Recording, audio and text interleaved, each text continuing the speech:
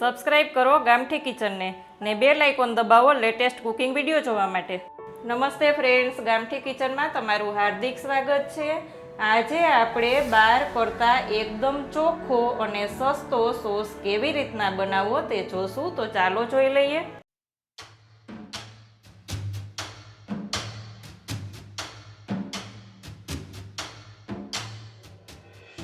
ટમેટાનો sauce બનાવવા માટે મેં 500 ગ્રામ ટમેટા લીધા છે।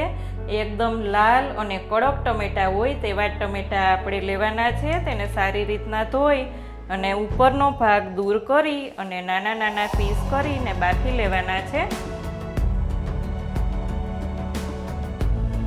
ખાટા અને ગોળ ટમેટા ના લેવા, કારણ કે તેમાં ખાંડ પણ વધારે આવશે અને ટમેટાનો ટેસ્ટ પણ સારો નહીં લાગે। હું આ જ રીતના બધા ટમેટાના પીસ કરી લઈશ। બધા ટમેટાના પીસ આપણે કરી લીધા છે અને બાફતી વખતે હું બિલકુલ પાણી નથી નાખવાની। જો તમારે નાખવું હોય તો 2 થી 3 ટેબલ સ્પૂન જેટલું પાણી નાખવું, નકર તો બળતા વાર લાગશે। હવે આપણે એક કોટનનું કપડું લઈ અને એમાં 4 થી 5 નંગ કાળા મરી, 2 તજના ટુકડા અને 4 નંગ લવિંગ લીધા છે। તેની પોટલી વાળી લેશું અને બાફવામાં જ અંદર વચ્ચે મૂકી દેશું। એકદમ સ્લો ગેસ ઉપર હું 3 વિસલ કરી લઈશ। કુકર ઠંડુ થઈ જાય એટલે આપણે તેને ખોલી અંદરની પોટલી કાઢી લેશું।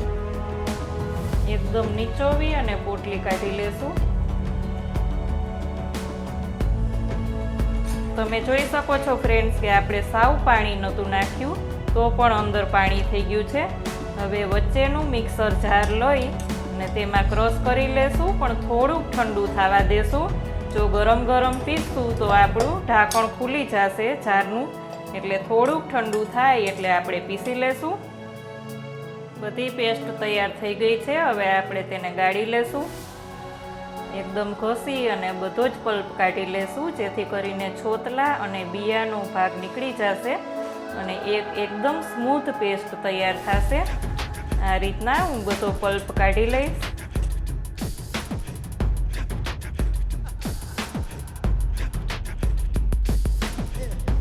બધા જ છોતલા અને બિયા નીકળી ગયા છે। હવે આપણે એક પેન લેશું।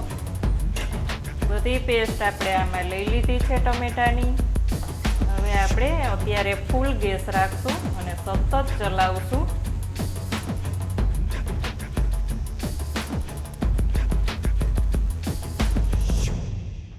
ગરમ થાય અને થોડીક વાર ઉકળવા માંડે એટલે આપણે એમાં અડધો કપ ખાંડ લેશું।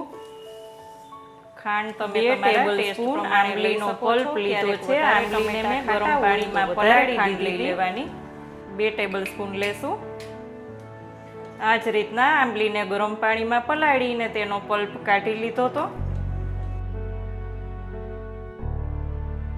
1 ટેબલ સ્પૂન વિનેગર લેશું, જે પ્રિઝર્વેટિવનું કામ કરશે। 1 ટેબલ સ્પૂન લાલ મરચું પાવડર લેશું। અડધી ટીસ્પૂન મીઠું લેશું। સતત ચલાવશું।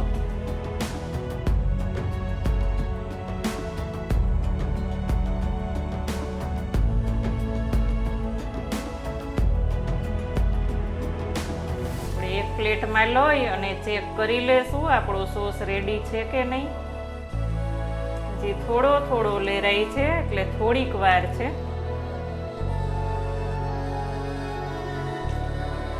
ગેસને એકદમ સ્લો કરી અને ફરી પાછું આપણે ચેક કરી લેશું।